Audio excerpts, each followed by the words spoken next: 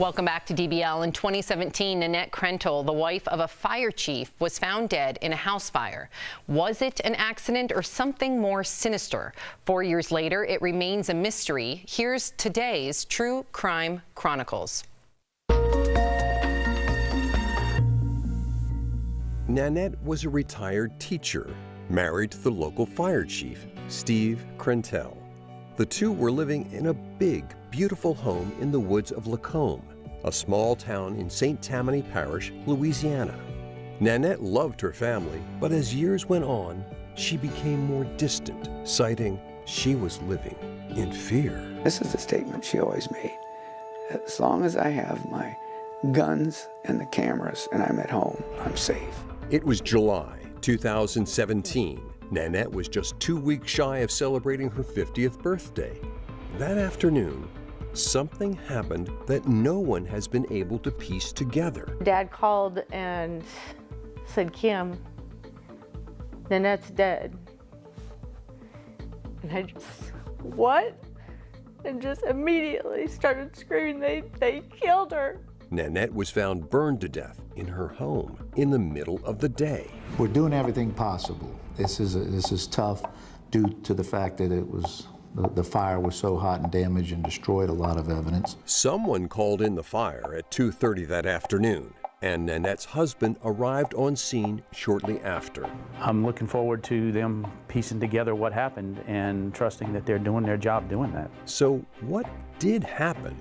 The Krentels had 9 cameras installed around their home, but the only salvageable one from the fire was outside, near the gate.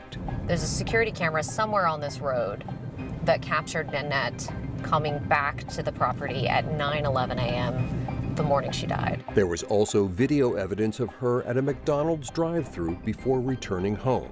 So could someone have followed her back? Several weapons were found next to Nanette's body, but that wasn't a surprise to her family. She had one handgun in her purse, one in the house, one in her vehicle at all times. What was a surprise was the way the Lacombe Police Department investigated. And as soon as we pulled up, I pulled Kim aside. I said, "This ain't right. Nobody's even investigated this." Nanette's family was shocked at the scene, noticing little evidence was picked over, leaving the family to speculate. Was this fire an accident or intentional? We've heard questions about whether it was either or, could it have been a suicide? The coroner ruled this a homicide, and that's what we're continuing to investigate it as. Nanette's husband was cleared as a suspect, but all these years later, the case is still cold. Was someone after the fire chief's wife? The small-town Louisiana mystery is the subject of a brand new podcast, Beyond Bardstown, Lacombe, out now. Earlier, Jeff and I spoke with the host of that new podcast. Take a look. We are joined by podcast host and WWL TV anchor and reporter Katie Moore. Katie, thank you so much for being here and bringing this story to light. So you are a journalist who's covered dozens of cold cases, but what made you want to further investigate this particular case? You know, when it happened, it was a fire chief's wife missing in a house fire. And it was one of those things that really just sparked a lot of people's interest locally. And so from there, we started to hear about all these twists and turns involved in the investigation and what happened itself. And so it was one of those things where I thought, let's just really dig into this one. And I got to know the family pretty well. The more that I got to know them, the more that I thought, you know, this is something that needs to be brought to light. Katie, could you tell us a little bit more about who Nanette and Steve actually were, and what do you know about their life leading up to the incident? Nanette and Steve had an interesting relationship, one that we really got involved in and got to know very well by trying to cover this case. Nanette and Steve lived in a house that was really secluded in this part of St. Tammany Parish, which again is outside of New Orleans, and they had built this house into essentially a fortress. And so as they started to make this house more secure, adding surveillance cameras, Nanette started buying guns. Steve was helping her buy those guns. Things that really made you say, well, what was Nanette so afraid of?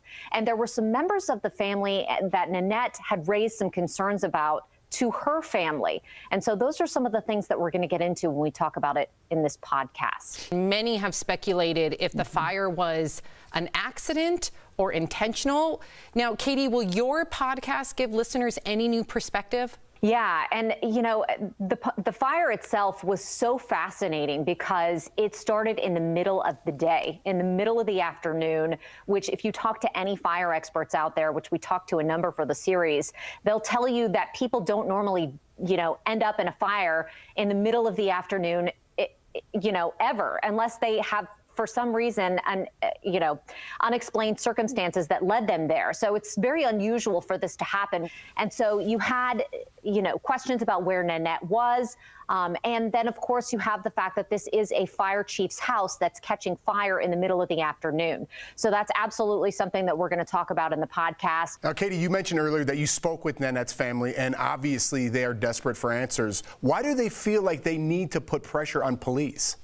You know, I think even from the very earliest hours of this happening, they started to raise questions about how the investigation into this fire was being handled. I think that they just had a lot of those things that were red flags in their minds. And so they all started to get together and say, what can we do to assist this investigation and to make sure that law enforcement and, you know, the state fire marshal's office, everybody who was involved really turned it up.